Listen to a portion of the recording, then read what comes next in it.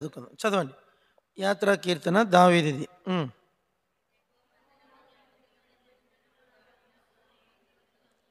హ్మ్.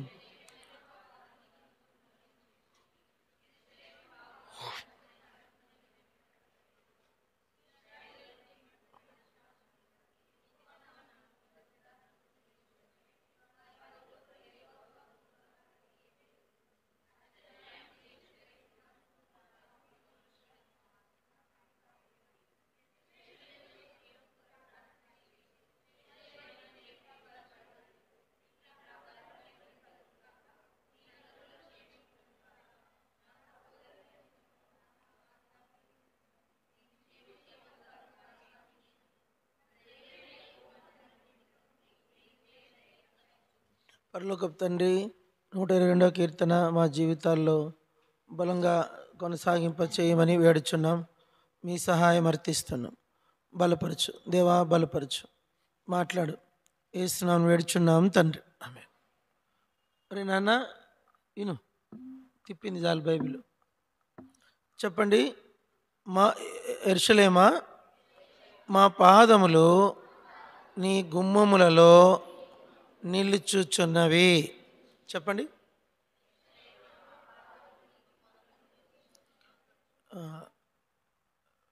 ఇప్పుడు ఎంతమంది ఉన్నారు ఇక్కడ?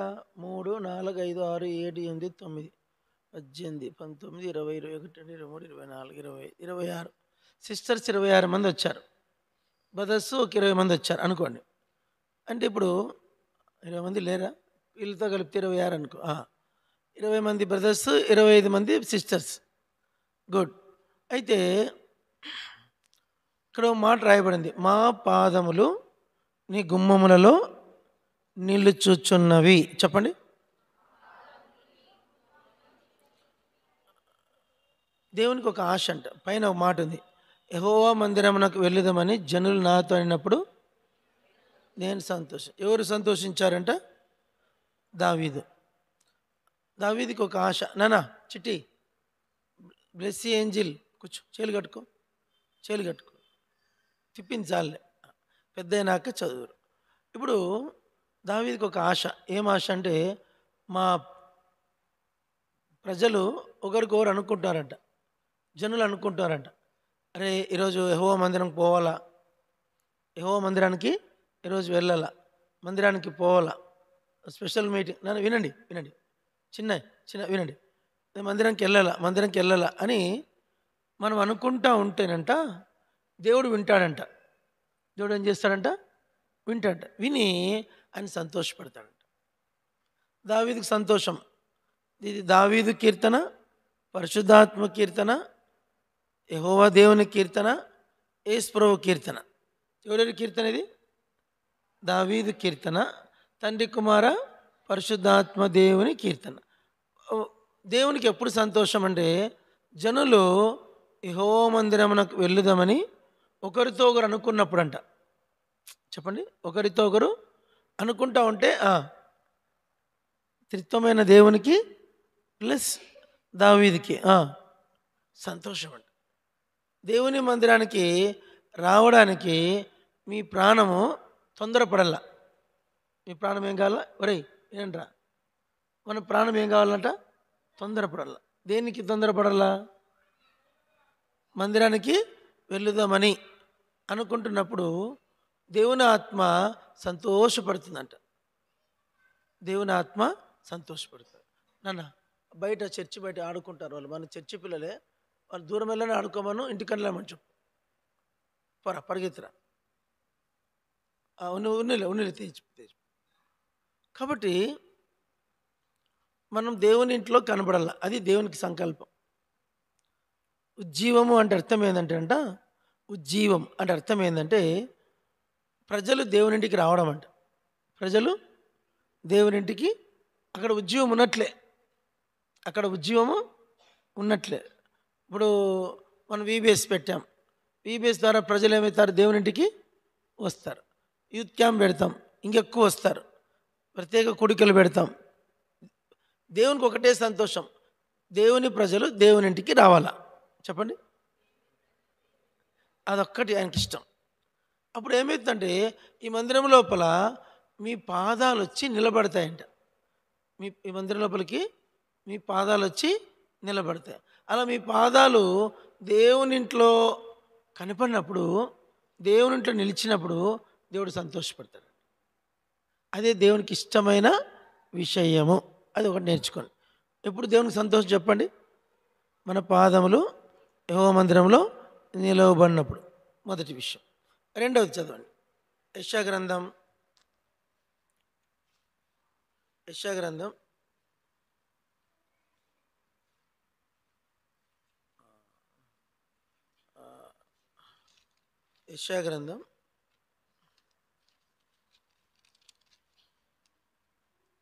40.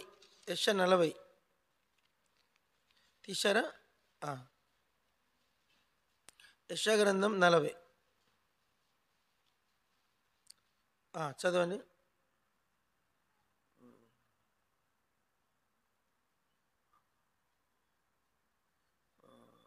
ఈ మాట ఇక్కడ లేదు. ఒక్క నిమిషం.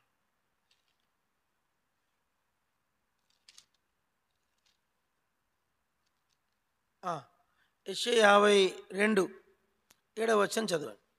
యెషయా 52:7. కావున 7 యెషయా 52:7 సువార్త.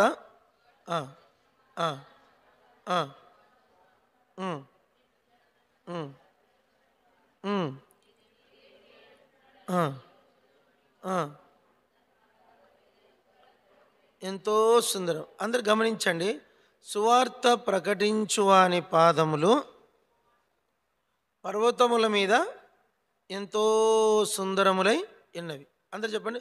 సువర్తమానం ప్రకటించుచు రక్షణ సమాచారం ప్రచురించువాని పాదములు నీ దేవుడు ఏలుచున్నాడని సియోనుతో చెప్పుచున్నవాని పాదములు పర్వతముల మీద ఎంతో సుందరములు. అందరు చెప్పండి. పర్వతముల మీద ఎంతో సుందరములు. అందరు చెప్పండి. ఎంతో సుందరములు. ఏవి సుందరములు అంట? పాదములు. ఎవరి పాదములు? సువార్త ప్రకటించు వారి పాదములు. ఇప్పుడు మనం ఒక ఇంట్లో ఒక మనిషి వచ్చాడు అనుకో. ఒక మనిషి వచ్చాడు, ముఖం చూసి ప్రైజ్లాడి చెప్తామా, కాళ్ళు చూసి ప్రైజ్లాడి చెప్తామా? మీరు మందిరంకి వచ్చారు, ప్రైజ్లాడి చెప్పుకున్నారా? చెప్పుకుంటాం. ఏం చూసి ప్రైజ్లాడి చెప్తాము? మీ బంగారు వాచ్ చూసా, లేకుంటే గోల్డ్ చైన్ చూసా, కొత్త చెప్పులు చూసా, ఏమంటాం? దేనికి ప్రైజ్లాడి చెప్తాం? ముఖం చూసి ప్రైజ్లాడి సిస్టర్ అంట. ఐడెంటిఫికేషన్, ముఖం చూస్తాం. కానీ పరలోకం వెళ్ళినప్పుడంట, పరలోకంలో మన ముఖాలు చూడరంట. పరలోకంలో మన ముఖాలు చూడరంట. ఏం చూస్తారంట? పాదాలు చూస్తారు. అరే ఇలా పాదాలు ఎంత సుందరంగా ఉన్నాయి, ఎంత సుందరంగా ఉన్నాయి. మనం దేవుని రక్షణ సమాచారం, దేవుని సువార్త ప్రకటించు వారి పాదములు పర్వతముల మీద సుందరములు. మనిషి అంత అందంగా ఉన్నాడంట, కానీ పాదాలు శుభ్రంగా లేవనుకో ఏమంటాం? కాళ్ళు సరిగా లేవు. నిజంగా నాకు తెలియక అడుగుతాను, నాకు తెలీదు. మామూలు లోకములు ఎక్కడే కానీ పాదాల సౌందర్యం గురించి ఎవరు చెప్పరు. ఎక్కువ దేని గురించి మాట్లాడతారు? ముఖము యొక్క సౌందర్యం గురించి మాట్లాడతారు. కానీ పరలోకంలో దేనికి ప్రాముఖ్యత ఇస్తున్నారట? పాదములు. సువార్త ప్రకటించు వారి పాదములు పర్వతముల మీద సుందరములైన. పరలోకములో దేనికి ప్రాముఖ్యత చెప్పండి? పాదాలకే. ఎవరైనా భూలోకంలో ఆ మధ్య ఒక ఆయన ముంగండ శాంతారావు, తెలుసా? ముంగండ శాంతారావు పేరున వాళ్ళు చేయొద్దండి, మీరు వినలేదా? ముంగండ శాంతారావు ఆయన పశ్చిమ గోదావరి జిల్లా దగ్గర చిన్న గ్రామం. ఆయనకు మరి యవన కాలం ఉన్నప్పుడు ప్రభు భారం ఇచ్చాడంట. ఏం భారం అంటే ఆ ఊరంతా దేవుని వాక్యాలు రాయాలని నాకు ఆశ ఉందంట. ఏముందంటే దేవుని వాక్యాలు రాయాల. ఆ ఊరంతా వాక్యాలు రాశాడంట. ఈ ఫ్యాన్లు ఆఫ్ చేయాలి, ఈ 3 ఫ్యాన్లు.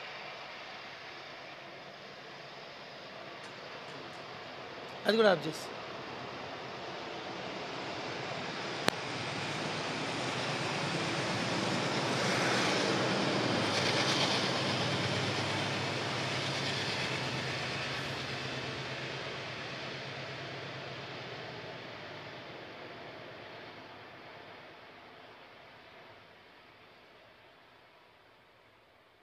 ఆ ముంగండ శాంతారావు అని ఆయన ఆ, ఒక తీర్మానం చేస్తున్నాడంట.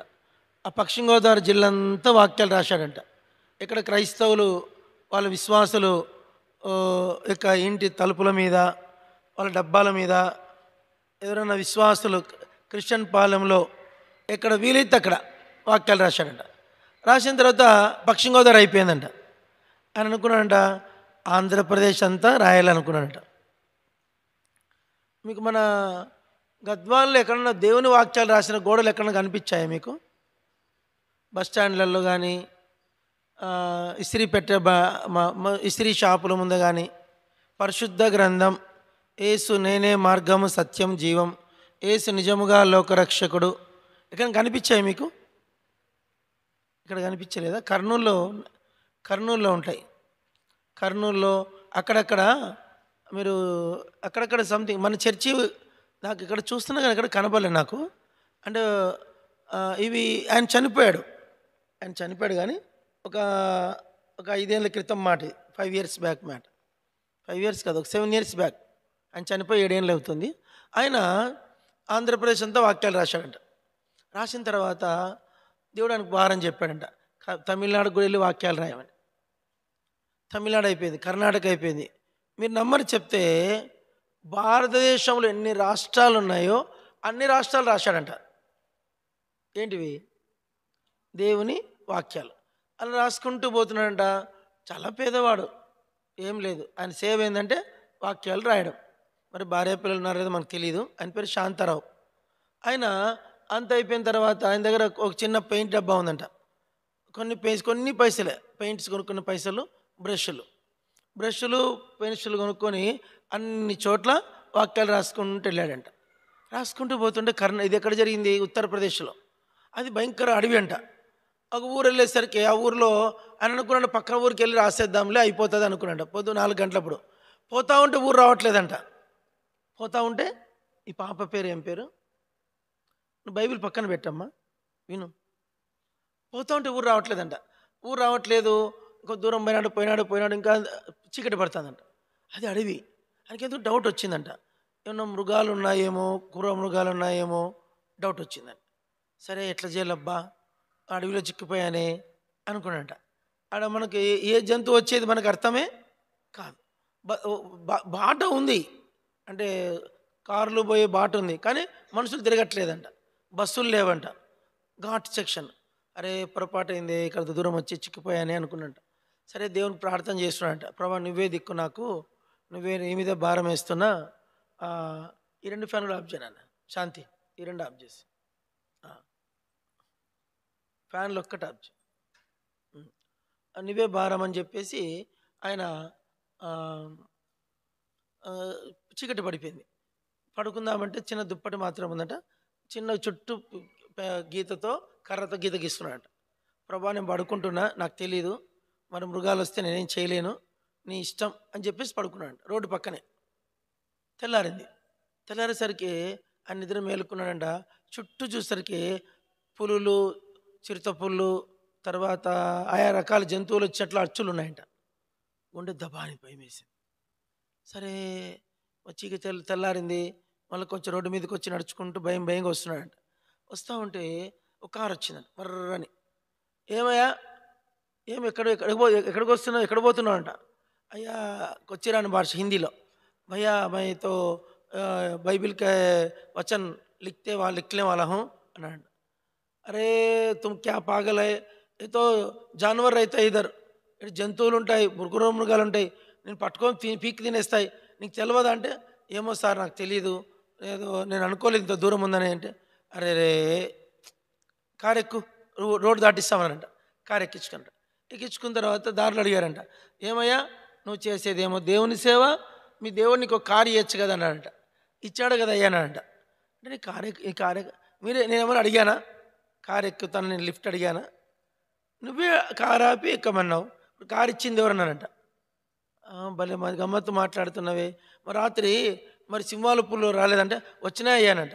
మరి నేను చంపలేదనంట, నేను గీత గీసుకొని పడుకున్నా, పొద్దునేసరికి వచ్చినాయి, 6 శబ్దాలు వినపడినాయి, కానీ లోపలికి రాలేనంట. ఏదో కొత్త మనిషిలాగా ఉన్నాడే, ఎవరో యేసుప్రభు గురించి చెప్పన్నానంట. చెప్పిన తర్వాత అది పూణేకి వచ్చేసిందంట. పూణేకి వచ్చిందంట కారు. ఈ పూణే మాదే, ఈ పూణేలో పలానా మాది వీధి, నువ్వు మా ఇంటికి రా అన్నాడంట. నీకు ఏదైనా వీలైతే రా అన్నాడంట. ఇచ్చేసి అడ్రస్ ఇచ్చారంట, విజిటింగ్ కార్డ్. విజిటింగ్ కార్డ్ ఇస్తే ఆయన జోబులో పెట్టుకున్నాడంట. చింటావా ఏమో టిఫిన్ చేస్తా ఉన్నారంట. చేస్తానయ్యానంట. టిఫిన్ తిని పెట్టారంట. కొంత డబ్బులు ఇచ్చారంట. ఇచ్చి జాగ్రత్త అట్లా అడుగుల్లో పోవద్దు అన్నారంట. వెళ్ళిపోయారంట. వెళ్ళిపోయిన తర్వాత ఆ విజిటింగ్ కార్డు తీస్తే మినిస్టర్ అంట ఆయన, బాల్ థాకరే యొక్క సొంత బంధువు అంట. తర్వాత ఆయన మహారాష్ట్రకి వెళ్ళిన ప్రతిసారి వాళ్ళ ఇంటికి వెళ్ళి వాళ్ళ ఇంట్లోనే షెల్టర్ తీసుకొని ఆ షెల్టర్ ద్వారా చుట్టుపక్కల గ్రామాలన్నీ సువార్త చేసేవాడంట. అంటే వాక్యాలు రాసేవాడంట. అయితే మన రీసెంట్లీ ఆయన పెద్ద మనిషి అయిపోయాడు. దగ్గర దగ్గర 75 ఏళ్ళు 76 ఏళ్ళు ప్రభు దగ్గరికి వెళ్ళిపోయాడు. నేను చెప్పేది ఏంటంటే సువార్త ప్రకటించు వారి పాదములు పర్వతముల మీద సుందరం. ఆ ముంగండ శాంతారావు పరలోకం వెళ్ళినప్పుడు ఆయనకు ఎంత ఘన స్వాగతం ఇచ్చిందో దేవదూతలు మనకు తెలియదు. తర్వాత నేను చెప్పేది ఏంటంటే డేవిడ్ లివింగ్స్టన్, చెప్పండి. ఈయన పెద్ద డాక్టర్. ఆయన సువార్త సేవ కోసం సౌత్ ఆఫ్రికాకి వెళ్ళాడు. వెళ్తే చరిత్ర చెప్తుంది నడుచుకుంటూ 40,000 మైళ్ళు నడిచాడంట ఆయన. ఎన్ని మైళ్ళు? 40,000 మైళ్ళు. ఎంతమందికి కన్యాకుమారి నుంచి కాశ్మీర్ ఎంత దూరం తెలుసా మీకు?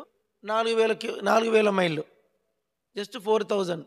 మన దేశం అంతా 10 అంతల పొడవైన దేశం అది, ఖండం, ఆఫ్రికా ఖండం. ఖండం అంతా తిరిగి సువార్త చేశాడంట ఆయన. ఒకసారి సువార్త చేస్తూ ఉంటే సింహాలు ఎంటబడ్డాయంట ఆయన మీదకి. ఏం పడ్డాయంట? సింహాలు. ఓ సింహం వచ్చి జబ్బ మీద పడి జబ్బ లాగేసిందంట, ఈ భుజం మీద అచ్చు మాంసకండ వచ్చేసిందంట. అయినా చెయ్యి పోయింది, ఓ చెయ్యి కండ పోయింది, వీక్ అయిపోయింది ఆ చెయ్యి. అయినా కూడా అట్లాగే ఆ ఊర్లలో సువార్త చేసుకుంటూ వచ్చాడు. ఆయన నివసించిందేమో, ఆయన సొంతూరేమో ఇంగ్లాండ్, ఆయన సేవ చేసింది ఎక్కడ? ఆఫ్రికా. మీరు ఎవరు ఆఫ్రికా ఎవరైనా వెళ్ళారో లేదో? ఆఫ్రికాకి వెళ్తే ఇప్పుడు మనందరిలో తెల్లగా ఉన్నది ఎవరు? వీడు తెల్లగా ఉన్నాడు, ఎబ్బేజ్. ఈయన ఆఫ్రికా పంపామనుకో, 3 నెలల తర్వాత మసి బొగ్గులాగా అవుతాడంట వాడు. ఏమవుతాడంట? మసి బొగ్గు. మీకు ఎందుకు ఆఫ్రికా సెట్ ఉంటారు చెప్పండి? ఆఫ్రికన్ సెట్ ఉంటారు ఎందుకు నల్లగా ఉంటారు తెలుసా? అక్కడున్న వాతావరణానికి ఇమ్యూనిటీ అక్కడ తక్కువ. ఇమ్యూనిటీ అంటే గాలిలో తేమ తక్కువ. అందుకు ఆ వాతావరణానికి అట్లా నల్లగా అయిపోతారంట. నేను చెప్పేది ఏంటంటే ఈ డేవిడ్ లివింగ్స్టన్ అక్కడ ఓవర్ హీట్ ఎక్కువ వేడంట. ఆ వేడికి అక్కడ ప్రజలకి ఎక్కువ ఫైల్స్ వస్తాయంట. ఏమొస్తాయంట? ఫైల్స్ అంటే మీకు తెలుస్తో లేదో, ఫైల్స్ వస్తాయి. ఫైల్స్ వచ్చి ఆ వేడి ఎక్కువైతే పగిలిపోయి అక్కడి నుంచి బ్లడ్ గారుతుంది. ఆ బ్లడ్ గారేటప్పుడు విపరీతమైన జ్వరం వస్తుంది. ఆయనకి హిస్టరీ చదివితే ఆ ఫైల్స్ పగిలిపోయి బ్లడ్ గారిపోయేదంట. ఆ బ్లడ్ గారిపోతుంటే కూడా ఒక గ్రామము సువార్త చేసుకుంటూ వచ్చాడంట. తర్వాత ఆయన నడవలేనంత వీక్ అయిపోయాడంట. మనుషులు చిన్న పాడంటారు, ఏమంటారు, పాడలాంటిది కట్టుకొని బతికిన మనిషిని మోసుకుంటూ వెళ్ళి అలా పల్లె తిరిగి సువార్త చెప్పుకుంటూ అలా జీవించాడు. ఆఖరికి ఒకరోజు పొద్దున్నే ఆయన దీపం పెట్టుకొని మోకరించి ప్రార్థన చేస్తూ అట్లా చనిపోయాడు. David Livingstone. ప్రపంచ చరిత్ర చెప్తుంది, ఒకవేళ సువార్థీకులు అనే వాళ్ళ లిస్ట్ తీస్తేనంట ప్రపంచంలో టాపెస్ట్ ఎవరంటే డేవిడ్ లివింగ్స్టన్ అంట. ఆయన తర్వాత ఎవరనంట, ఆయన తర్వాత విలియం కేరీ. కానీ విలియం కేరీ అడవుల్లో సేవ చేయలే. విలియం కేరీ అంతా సిటీస్లో చేశాడు. లివింగ్స్టన్ మాత్రం కంప్లీట్గా అడవి జాతుల ప్రజల మధ్యనే సేవ చేశాడు. ఆయన సేవ చెప్పడానికి భాష సరిపోదు. ఆయన చనిపోయాడు. ఎక్కడ? లివింగ్స్టన్ చనిపోయాడు. చనిపోయిన తర్వాత నల్లజాతి ప్రజలు ఈయన మా దేశానికి వచ్చిన సువార్త చెప్పడానికి వచ్చిన గొప్ప సేవకుడు, ఈయన ఎట్లబ్బా చనిపోయాడు, వాళ్ళ ఊరికి బాడీ తీసుకుపోవాలా అని అన్నారట. ఈయన ప్రయాసపడిందేమో ఆఫ్రికా కోసం, ఈయన సొంతూరేమో ఇంగ్లాండ్. సరే అని చెప్పేసి కత్తి తీశారట. కత్తి తీసి చనిపోయిన మనిషికి గుండె కోసి లోపల గుండె తీశారంట. తీసి ఆయన ఎక్కడ చనిపోయాడు అక్కడ సౌత్ ఆఫ్రికాలో పాతిపెట్టి ఆవిడ చెట్టు నాటినారంట. చెట్టు నాటి ఇది లివింగ్స్టన్ మరణానికి గుర్తు ఈ చెట్టు అని చెప్పేసి చెట్టుకు నీళ్లు పోసేసి ఆడ కింద ఆయన గుండె పాతిపెట్టేసి తర్వాత ఆయన శరీరం కుళ్ళిపోకుండా కడుపు కోశారంట. మొత్తం ఉప్పు పెట్టారంట. ఉప్పు మొత్తం కాళ్ళలో ఉప్పు పెట్టారంట. అంత ఉప్పు పెట్టి కడుపు కోసి కడుపులో అంత ఉప్పు పెట్టారంట. ఉప్పు పెట్టి ఒక ఒక ఒక ఒక విధమైన చర్మపు దాంట్లో కుట్టి తల మీద పెట్టుకొని మోసుకొని సౌత్ ఆఫ్రికా నుంచి ఇంగ్లాండ్కి తీసిపోయారంట. ఎవరిని? లివింగ్స్టన్. తీసుకెళ్తే ఇంగ్లాండ్లో ఆయన బాడీని చూసి ఎవరు గుర్తుపట్టలేదంట. ఈయన లివింగ్స్టన్ కాదన్నారు. ఎందుకంటే ఈయన తెల్లగా ఉండేవాడంట. అక్కడ పోయి ఏమైపోయాడు? నల్లగా అయిపోయాడండి. అప్పుడు లేదండి ఈయన లివింగ్స్టన్నే, ఎట్లా గుర్తు? అప్పుడు ఆయన డైరీ ఇచ్చారంట. ఇది డైరీ లివింగ్స్టన్ రైటింగే. అప్పుడు అన్నారంట ఈయన లివింగ్స్టన్నే. అప్పుడు ప్రజలు భయపడారట. ఈయన ఇంత సేవ చేశాడా, ఇంతగా ప్రయాసపడ్డా? ఆయన సమాధి అయిందంట. ఆ సమాధికి దాదాపు 2 మైళ్ళ దూరము ఇంగ్లాండ్ కింగ్స్ అంతా కలిసి నడుచుకుంటూ సమాధి చేశారట. ఇప్పుడు ఇక్కడి నుంచి మన శ్మశానం ఎంత దూరం ఉంటుంది? ఒక 3 కిలోమీటర్లు ఉంటుంది. 3 కిలోమీటర్ కన్నా ఎక్కువ, 3 ఉంటుందా? 3 కిలోమీటర్లు ఇక్కడి నుంచి 3 కిలోమీటర్లు కింగ్స్ అంతా కలిసి నడుచుకుంటూ సమాధికి వచ్చారంట. నేనంటాను ప్రపంచ చరిత్రలు అంట లివింగ్స్టన్ కంటే ఎక్కువ నడుచుకుంటూ సేవ చేసిన మనిషి ఇంకొకరు లేరంట. Toppest top. ఈయనకు ఏంటంటే సువార్త పితామహుడు. ఈయన పేరు ఏం పేరు? సువార్త పితామహుడు. ఈయన పాదాలు పరలోకంలో ఎలా ఉంటాయి చెప్పండి? పర్వతముల మీద సుందరములైనవి. మొదటి ఏం పాదాలు సుందరమైనవి? మా పాదములు యెరూషలేమా నీ గుమ్మములలో నిల్చుచున్నవి. ఒక పాదాలు. రెండో పాదాలు ఏంటి చెప్పండి? సువార్త పర్యటించి వారి పాదములు పర్వతముల మీద సుందరములైన. 2. 3 చదవండి. పాదములు. రోమపత్రిక 16.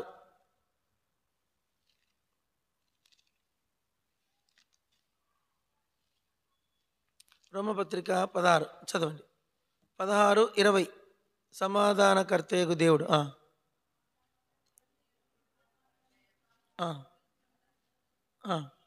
సమాధానకర్తయగు దేవుడు సాతానును మీ కాళ్ళ క్రింద శీఘ్రముగా చితుక త్రొక్కించును.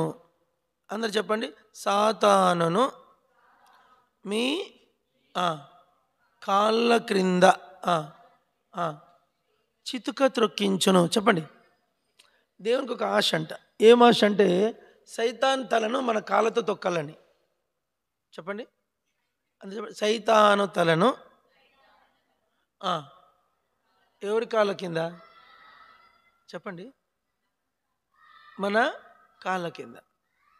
మన కాళ్ళ కింద వాడిని తల మనం తొక్కుతున్నామా, లేక మన తలను వాడు తొక్కుతుండా? నిజం చెప్పండి.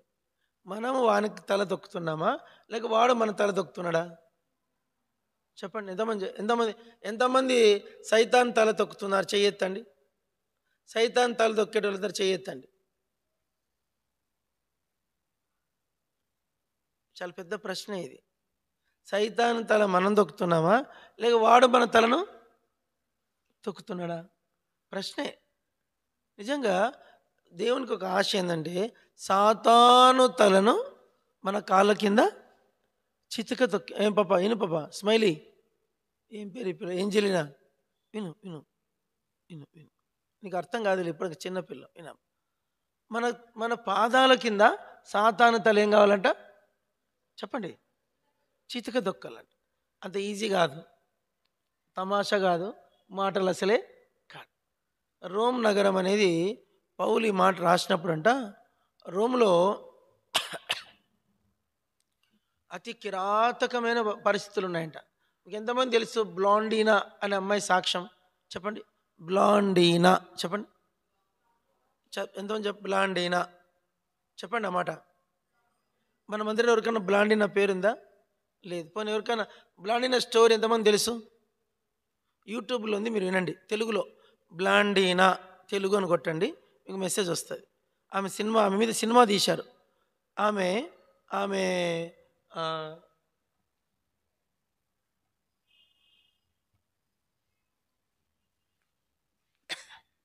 సెల్ కాదు, అక్కడ సెల్ ఉంది. ఒక్కరు బోండ్రా, ముగ్గురు వచ్చిండ్రు. కూర్చో.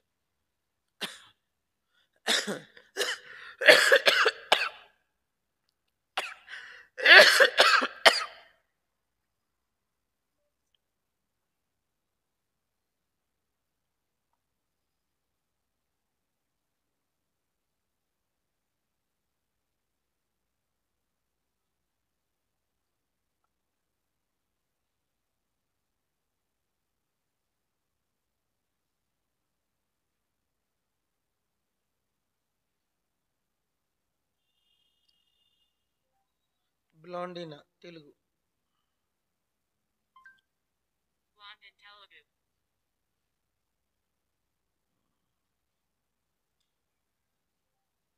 బ్లాండీనా తెలుగు.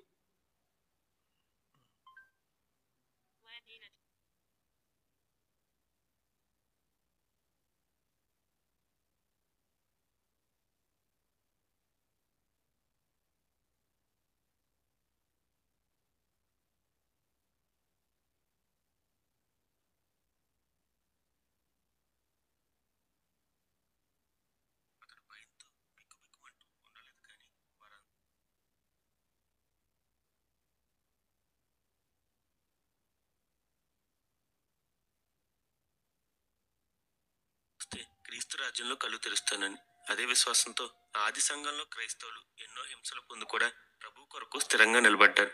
ఇలానే ఒక స్త్రీ క్రీస్తు కొరకు ధైర్యంగా నిలబడి ఆయన కొరకు హత్సాక్షి అయింది. ఆమెనే బ్లాండీనా. ఈ బ్లాండీనా అనే ఆమె ఎంత శ్రమ పడుతుందంటే, మీరు ఇంటికి వెళ్ళినాక చూసుకోండి. బ్లాండీనా తెలుగు అంటే వస్తుంది. నేను చెస్ట్ నోటికి చెప్పేస్తాను. ఈమె ఎంత విశ్వాసం అంటే, ఆమె చాలా సేవ చేసిందంట. మీకంటే ఇప్పుడు అది ఇంట్రెస్ట్ అనిపించదు. మీరు ఇంటికి వెళ్ళాక చూడండి. బ్లాండీనా తెలుగు అని చెప్తే వస్తుంది మీకు. చాలా బాగుంటుంది. సాక్షి 7 నిమిషాలు ఉంటుంది. ఆమె ఎంత మంచి స్వార్థికురాలంట. ఆమెను చంపడానికి ఇంత సేవ చేస్తావు నువ్వు అని చెప్పేసి నీరో నిజంగా జరిగింది ఇది. పేతురు 2వ పేతురు పత్రికలు 1 పేతురు పత్రికలో మాట ఉంది. అగ్ని వంటి మహాశ్రమలు ఏం చెప్పండి ఈమె అనుభవించింది. ఎవరు? బ్లాండిన ఒక అమ్మాయి. ఈమెను పట్టుకొని ఆమెను ఆ దినాల్లో కొలోసియం స్టేడియం అని ఉంటుంది. ఇప్పుడు రోమ్లో 7 వింతలు అదొక వింత. ఒక్కసారి 50,000 మంది కూర్చోవచ్చంట. అందుకని వాళ్ళు ఏం చేసేవాళ్ళంటే, ఇలాంటి నీరో చక్రవర్తి అలాంటి వారిని ఆ స్టేడియంలో నిలిపి వాళ్ళని చంపించేవాడంట. ఎట్లా చంపించేవాడంటే, దున్నపోతును వదిలేవాడంట. దున్నపోతునికి వదిలి ఆమెను ఆ దున్నపోతు ఇట్లా ఎగరేసి చంపుతా ఉంటే చూసి ఆనందించాలని. అయితే ఆ దున్నపోతును వదిలితే దున్నపోతు ఆమెను చంపకుండా మౌనం కూర్చుందంట. అరే ఇదేంది, దున్నపోతు చంపట్లేదు ఏమని చెప్పేసి మళ్ళీ కొద్దిసేపు తర్వాత సింహాలు వదిలారంట. ఒక 6 సింహాలను. ఎవరి మీదకి? బ్లాండినా మీదకి. 6 సింహాలు వదిలితే 6 సింహాలు వెళ్ళి ఆమె చుట్టూ పెంపుడు కుక్కల్లా కూర్చున్నాయంట. చంపలేదంట. మూడోది ఈమె ఇట్లా కాదని చెప్పేసి ఒక బాగా ఇట్లా చైరు, ఇనుప చైరు అనమాట, బాగా నిప్పుల మీద కాల్చేట, అది ఇనుముల ఎర్ర కాలిపోయిన దాంట్లోకి తీసుకొచ్చి బ్లాండ్ వచ్చి కూర్చోబెట్టారంట. కూర్చోబెడితే అయినా ఆమె ఒళ్ళు కాలేదంట. జరిగింది ఇది. ఇట్లా 1, 2, 3 ఎన్ని చేసినా కూడా ఆ బ్లాండాను ఎవరు ఏం చేయలేకపోయారంట. అప్పుడు ఇంక ఇట్లా కాదని చెప్పేసి మావటివానికి ఇచ్చి తల నరకమన్నారంట. తలను ఇట్లా అలా చంపబడిన స్త్రీ అక్కడ చంపేశారు. అలా చంపబడిన స్త్రీనే ప్రపంచ హిస్టరీ చరిత్ర అంట. ఈనండి చాలా బాగుంటుంది. ప్రపంచ క్రైస్తవ చరిత్రలో, అంటే మీరు కూడా సిస్టర్సే కదా, మీరు కూడా దేవుని బిడ్డలే. ఆమె దేవుని నమ్ముకున్నందుకు రోమ్ గవర్నమెంటు ప్రపంచ చరిత్ర రాస్తేనంట, క్రైస్తవ చరిత్ర, బ్లాండినా కంటే ఎక్కువ శ్రమలు పడిన స్త్రీ లేదంట. అర్థమైందా మీకు? పరలోకం మనం వెళ్ళినప్పుడు ఎక్కువ సువార్త సేవ చేసిన మగాయన పేరు చెప్పండి. లివింగ్, అది గుర్తుపెట్టుకోండి. రెండవది, భూలోకం అంతట్లో ఎక్కువ శ్రమలు అనుభవించిన ఒక క్రైస్తవ స్త్రీ పేరేం పేరు? బ్లాండినా. ఆమె మామూలు స్త్రీ కాదు. వీలైతే ఎప్పుడన్నా మీరు నెమ్మదిగా ఇంటికి వెళ్ళి చూడండి, మర్చిపోకండి, గుర్తుపెట్టుకోండి. బ్లాండీనా తెలుగు అంటే వస్తుంది. ఆమె భయంకరమైన శ్రమ అనిపించేది. నేను చెప్పేది ఏంటంటే, అప్పుడు ఈమె విశ్వాసము ఏమే దున్నపోతులు చంపలేదు, సింహాలు చంపలేదు, ఇనుప ఇనుప కుర్చీ ఆమెనేమి చేయలేకపోయింది. కాబట్టి నేను చెప్పేది ఏంటంటే, అలాంటి వారు సాతాను తలను ఏం చేసినట్లు? చితక దొక్కినట్లు. మన విశ్వాసంకి సాతాను వనకల. చెప్పండి, అందరూ చెప్పండి. మన విశ్వాసం చూచి, పలకరు మీరు, మన విశ్వాసం చూచి సాతాను ఏం చేయాల? అమ్మా, ఎంత విశ్వాసం ఉంది వీళ్ళకు, ఎంత విశ్వాసం ఉంది అనే వానికి ఆశ్చర్యం కలగల. మన విశ్వాసము చూసి వాడు ఏం కావాలా? వాడు భయపడిపోవాలా. అప్పుడు వాని తల మనము చితక దొక్కిన వాళ్ళమవుతాం. మన కాళ్ళ క్రింద. చెప్పండి, ఇక్కడ ఒక మాట రాశాడు, సమాధానకర్తయగు ప్రభు. చెప్పండి, మెయిన్ మన విశ్వాసికి ఉండాల్సిందంటే సమాధానం. సమాధానం, మనకు సమాధానం ఉండాలా, మనకు అంతరంగంలో సమాధానం ఉండాలా, మనకు దేవునితో సమాధానం ఉండాలా. చెప్పండి, అందరు చెప్పండి. మనకు సమాధానం, మనకు దేవునితో సమాధానం. కొన్నిసార్లు మన హృదయంలో కలవరం ఉంటుంది. ఉండదండి? ఏదైనా కోపం, తప్పు చేసినప్పుడు, అమ్మ నాన్న బాధ పెట్టినప్పుడు, ఇంకేదో పొరపాటు చేసినప్పుడు మన హృదయం ఏడుస్తుంది. అది కలవరం. మన హృదయాన్ని మనం కలవరపరచద్దు, దేవుని హృదయాన్ని కూడా కలవరపరచద్దు. పాదములు, మన అట్లా ఎవరైతే సమాధానాన్ని కాపాడుకుంటారో వాళ్ళు సాతాను తల్లిని ఏం చేసినట్లు? చితక దొక్కినట్లు. అది గుర్తుపెట్టుకోండి. సాతాను మన మీద ఎప్పుడే కానీ విజయము సాధించొద్దు. చెప్పండి, చెప్పండి. సాతాను నేను గెలుస్తాను, సైతాను అడ్డు వచ్చిన నేను గెలుస్తాను, సైతాను అడ్డు వచ్చిన నేను గెలుస్తాను. నేను యేసుని బిడ్డన్, భయమే లేదు, ఎప్పటికీ సంతోషమే. నేను దేవుని బిడ్డన్, భయమే లేదు, ఎప్పటికీ సంతోషమే. కాబట్టి ఎప్పటికీ సంతోషమే. మనం ఎవరమంటే దేవుని బిడ్డలం. ఎవరు మనము? దేవుని బిడ్డలు. మనకి ఎప్పటికీ సంతోషమే. తర్వాత మన 3 పాదములు, తర్వాత ఇంకా పాదములు.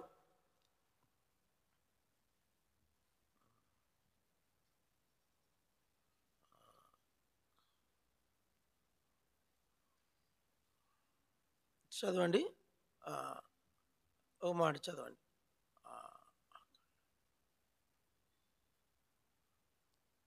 అందరూ చదువుకుందాం. మోకాళ్ళలోని చదవండి. అపోస్తల కార్యములు చదవండి, 20వ అధ్యాయం. అపోస్తల కార్యములు 20వ అధ్యాయము 36వ వచనం చదవండి. 36. అతడు ఇలాగూ చెప్పి మోకాళ్ళలోని వారందరితో ప్రార్థన మళ్ళీ చదవండి. ప్రార్థన చేశారు. అపోస్తల కార్యములు 4వ అధ్యాయం చదవండి. 4వ అధ్యాయం.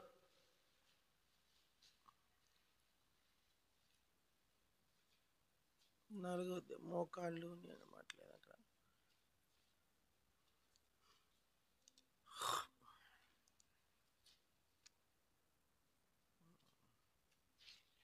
అపోస్తల కార్యములు, ఒక నిమిషం.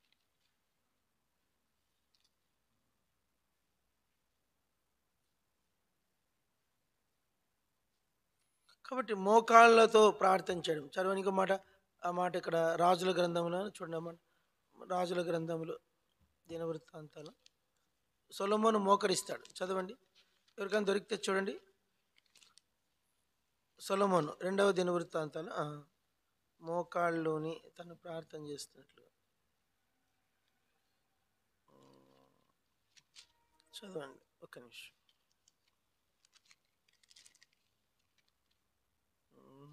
చదవండి. 2వ దినవృత్తాంతాలు 6వ అధ్యాయం 13వ వచనం. 2వ దినవృత్తాంతాలు 6:13. తాను చేయించిన 6:13. 5 మూరల పొడుగు, 5 మూరల ఎత్తు వెడల్పు, 3 మూరల ఎత్తుగల ఇత్తడి చప్పరం ముంగిట ఆవరణం నందుంచి దాని మీద నిలుచుండి సమాజంగా కూడిన ఇజ్రాయెల్ అందరి ఎదుటను మోకాళ్ళలోని చేతులు ఆకాశం వైపు చాపి సొలొమోను ఇట్లని ప్రార్థన చేశాను. మరి ఎట్లా ప్రార్థన చేస్తున్నాడు చెప్పాల? ఎట్లా ప్రార్థన చేస్తున్నాడు? మోకలు. తర్వాత చదవండి 96వ కీర్తన. 96వ కీర్తన తీశారా? 96వ కీర్తన ఆ మాట ఇక్కడ 95వ కీర్తన చదవండి. 7వ వచనం. రండి నమస్కారం చేసి చాలు మోకరించుదము. చెప్పండి. ఇట్లా మీరు చెప్పుకుంటూ పోతే చాలా ఉన్నాయి. మోకాళ్ళుని మోకరించి, మోకాళ్ళుని ఉందన్నమాట. సొలొమోను ఏం చేశాడు? మోకరించాడు. పౌలు ఏం చేశాడు? మోకాళ్ళుని. తర్వాత ఇక్కడ భక్తులు ఏం చేస్తున్నారు? మోకరించడం అనేది నిజంగా మన పాదములను వంగి మోకాళ్ళ మీద. ఇంకోటి చదవండి, న్యాయాధిపతుల గ్రంథంలో కూడా అక్కడ వాళ్ళు గిద్యోను కాలంలో ఏం చేశారు? వాళ్ళు మోకాళ్ళుని కృంగి. చదవండి 7వ అధ్యాయం, న్యాయాధిపతులు 7వ అధ్యాయం చదవండి. 5వ వచనం. 7వ అధ్యాయం 5వ వచనం. అతను నీళ్ళ ఎద్దకు ఆ జనులను దిగజేసినప్పుడు యెహోవా కుక్క గతుకున్నట్లు తన నాలుకతో నీళ్లను గతికిన ప్రతివానికి, ఆ తాగుడు మోకాళ్ళలోని కుంగిన ప్రతివానిని వేరువేరుగా ఉంచమని గిద్యోనుతో చెప్పాను. చూడండి ఎట్లా ఏం చేశారంటే వీళ్ళు మోకాళ్ళలోని కృంగిన ప్రతివానిని. నిజంగా ప్రార్థించేటప్పుడు ఎంతమంది మోకాళ్ళ మీదకి వచ్చి ప్రార్థిస్తారో దేవుడు చూస్తాడంట. జనరల్గా ప్రార్థన చేసేది వేరు, మోకరించి ప్రార్థించుట వేరు. మీ జీవితంలో యవనస్తులు మీరు ఒక వయసు వస్తుంది, మీరు మోకరించలేరు. అప్పుడు మోకరించాలన్నా కూడా మీ మోకాళ్ళు రావు. ఒరే ఇన్రా, రే నీ పేరు ఏం పేరు రా, చేలు కట్టుకోరా, ఒరే గొర్రె చేలు కట్టుకో. కాబట్టి ఆ బైబిల్ తీసుకుని దగ్గర పెట్టుకోరా, నీ దగ్గర పెట్టుకు ఇయ్యద్దు దానికి.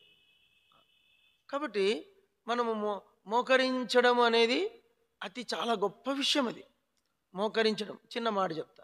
ఇప్పుడు పులిపేటి ఎక్కి బోధ చేస్తున్న ఒక పాస్టర్ ఉన్నాడంట.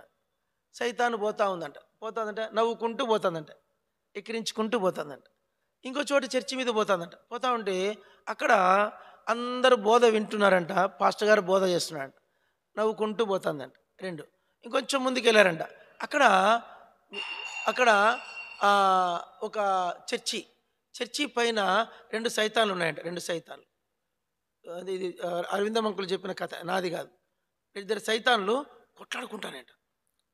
నీకు నీకు నాకు నీకు నాకు నీకు. అప్పుడు ఈ పాస్టర్ గారు ఏం జరుగుతోంది ఇక్కడ, ఈ చర్చి మీద 2 దయ్యాలు కొట్లాడుతున్నాయని చూస్తే అక్కడ ఒక సామాన్యమైన క్రైస్తవుడు మోకరించి ప్రార్థన చేస్తున్నాడట. ఏం చేస్తున్నాడట? సామాన్యమైన క్రైస్తవుడు మోకరించి ప్రార్థన. ఆ ప్రార్థన దెబ్బకు ఆ సాతాను ఏం చేస్తున్నాడు?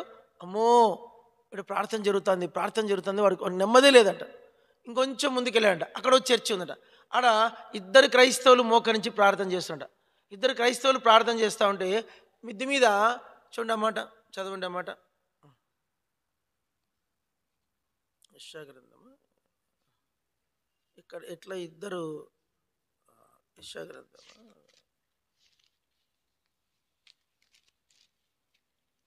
ఎట్లు 2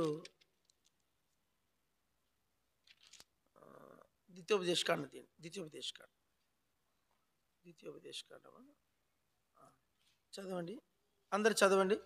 ద్వితీయోపదేశకాండం 32 వచ్చాను, 32-30 అందరు చదవండి. ద్వితీయోపదేశకాండం 32-30. ద్వితీయోపదేశకాండం 32-30. తమ ఆశ్రయదుర్గమును వారిని అమ్మివేయనిడలా, యెహోవా వారిని అప్పగింపనిడలా, ఒకడు ఎట్లు 1000 మందిని తరుమును, 2 ఎట్లు 10,000 మందిని తరుమును. అందరు చెప్పండి. ఒకడు ఎట్లు 1000 మందిని తరుమును, 2 ఎట్లు 10,000 మందిని తరుముదురు. 2 మాట చెప్పండి. ఒకడు ఎట్లు 1000 మందిని తరుమును, ఒకడు ఎట్లు 10,000 మందిని తరుమును. ఒకడు ప్రార్థన చేస్తే ఎంతమంది పరిగెత్తిపోతారంట దయ్యాలు? 1000 సైతాన్లు పరిగెత్తిపోతారు. అమ్మో, ఒక్కడు ప్రార్థన చేస్తే చాలు 1000 మంది పారిపోతారంట. 2 ప్రార్థన చేస్తారంట మళ్ళీ ఒకడు 1000 అయినప్పుడు ఇద్దరు ఎంతమంది పరిగెత్తిపోవాలా? ఎన్ని దయ్యాలు ఎన్ని పరిగెత్తాలి దయ్యాలు? 2000. అయితే ఇద్దరు ప్రార్థన చేసి ఎంతమంది పరిగెత్తిపోతున్నారంట? 10,000. ఇప్పుడు చెప్పండి, ఒకటి ఎక్కువ బలం ఉందా, ఇద్దరు బలం ఎక్కువ ఉందా? ఇద్దరు కలిసి ప్రార్థన చేయాలి. ఇద్దరు కలిసి ఎవరన్నా ప్రార్థన చేయాలి. ఇద్దరు కలిసి గనక ప్రార్థన చేశారంటే 10,000 దయ్యాలు పారిపోతాయంట. 10,000 దయ్యాలు. ఈ మాట చాలాసార్లు వస్తుంది బైబిల్లో. సంఖ్యాకాండంలో ఆ మాట ఉంటుంది, నిర్గమాకాండంలో ఆ మాట ఉంటుంది, లేవి కాండంలో ఆ మాట ఉంటుంది. కాబట్టి ఇద్దరు ఎవరైనా కూడి ప్రార్థిస్తే, మోకరించి ప్రార్థన చేయగలిగితే వారి జీవితాల్లో దురాత్మలు అవి పారిపోతాయి. నిజంగా చెప్తున్న యవనస్తులు, మీరు ఏం చేయాలంటే మీకు సమయం దొరికినప్పుడల్లా ఎవరితోన్నా కలిసి ప్రార్థించే వాళ్ళని సంపాదించుకోవాలి. చెప్పండి, కలిసి ప్రార్థించే వాళ్ళని ఒక మాట ఏంటంటే, మనము ఇప్పుడు ఈ తమ్ముడు ఉన్నాడు తేజ్పాల్, మేమిద్దరం ఎప్పుడు కొట్లాడుకుంటున్నామనుకో, మా ఇద్దరి ఆత్మ ప్రార్థనలో ఏకీభవించదు. ఇప్పుడు తమ్ముడు ఆశయాలను ఇద్దరు మంచిగా ఉంటాం. అప్పుడు మా ఇద్దరు ఆత్మ ఏమైతే ప్రార్థనలో ఏకీభిస్తుంది. అట్లా మీరు గుర్తుపెట్టుకో. మనం ఎవరితో కూడా అసమాధానంగా ఉండద్దు. మనం ఎవరైనా ఒక్కరైనా ప్రార్థన చేసుకో, నాతో ప్రార్థనలో ఏకీభవించే, నాతో ప్రార్థనలో ఏకాత్మతో మోకరించగలిగే ఒక వ్యక్తి నాకు దొరుకుతాడా వెతకాలంట. ఒక వ్యక్తి నాకు కలిసి ప్రార్థించే వ్యక్తి నాకు దొరకాలి. అలా మనం కనుక ప్రార్థించగలిగితే ఇద్దరు వ్యక్తులు ఎవరైనా చెప్పండి, అది తల్లి కూతురులైనా పర్లేదు, తండ్రి కొడుకులైనా పర్లేదు, ఒక అక్క చెల్లెలైనా పర్లేదు, ఆఖరికి భార్యాభర్తలైనా పర్లేదు, ఇద్దరు కలిసి ప్రార్థన చేయాలి. ఒకరు ప్రార్థన చేస్తే ఎంతమంది పరిగెత్తిపోతారంట? 1000. ఇద్దరు కలిస్తే 10,000. నేను చెప్పేది మాట, మోకరించి ప్రార్థన చేస్తే ప్రభు తప్పకుండా. ఇప్పుడు 4 విషయాలు నేర్పించుకున్నాం. ఒక విషయం ఏంటి? మన పాదాలు దేవుని మందిరంలో కనిపించాలి. చెప్పండి. 2 ఏంటి? మన పాదాలు సువార్త సేవ చేయాలి. 2. 3 మన పాదాలు ఏం చేయాలా? సాతాను తలను చితక దొక్కాలి, వాడు బెంబేలెత్తి పారిపోవాలా. 4 మన పాదాలు ఏం కావాలా? మోకరించి ప్రార్థన చేయాలి. ఇప్పుడు మనం ఒక 10 నిమిషాలు ప్రార్థన చేద్దాం. ఎన్ని నిమిషాలు? 10 నిమిషాలు. Just 10 minutes. 6:10 అయింది. 6:15, 6:20 లోపు ముగిస్తా. అయితే మీరు ఏం చేయాలంటే కొన్ని అంశాల కొరకు ప్రార్థన చేయాలి. మెయిన్ మీ కుటుంబ సభ్యులందరూ రక్షణ కొరకు ప్రార్థన చేయాలి. చెప్పండి, ఏం చేయాలి? మీ కుటుంబ సభ్యులందరూ బాప్టిజం తీసుకోవాలి. ఎవరేగా నరకానికి పోకూడదు. మీ ఆత్మీయ జీవితము కట్టబడాలి.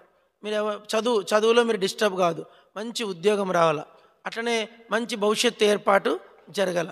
మీ జీవితంలో పొరపాట్లు తప్పులు జరగద్దు. మీరు ఆత్మీయంగా చల్లారిపోకూడదు. చెప్పండి, ఆత్మీయంగా చల్లారిపో. బైబిల్ చదివే దాంట్లో ఆత్మీయంగా చల్లారిపోయినారు దానికి ఒక గుర్తు ఏంటంటే, బైబిల్ చదవాలంటే మనకి ఇంట్రెస్ట్ ఉండదు. చెప్పండి, బైబిల్ చదవాలంటే ఎప్పుడైతే ఇంట్రెస్ట్ తగ్గిపోతుందో మనం ఆత్మీయంగా చల్లారిపోయినట్లు గుర్తు అన్నమాట. ఆశయాలు బైబిల్ చదివే దాంట్లో నీకు ఇంట్రెస్ట్ తగ్గిందంటే ఆత్మీయంగా నువ్వు చల్లారిపోయినట్లు గుర్తు. ఇద్దరు కలిసి ప్రార్థన చేద్దామా?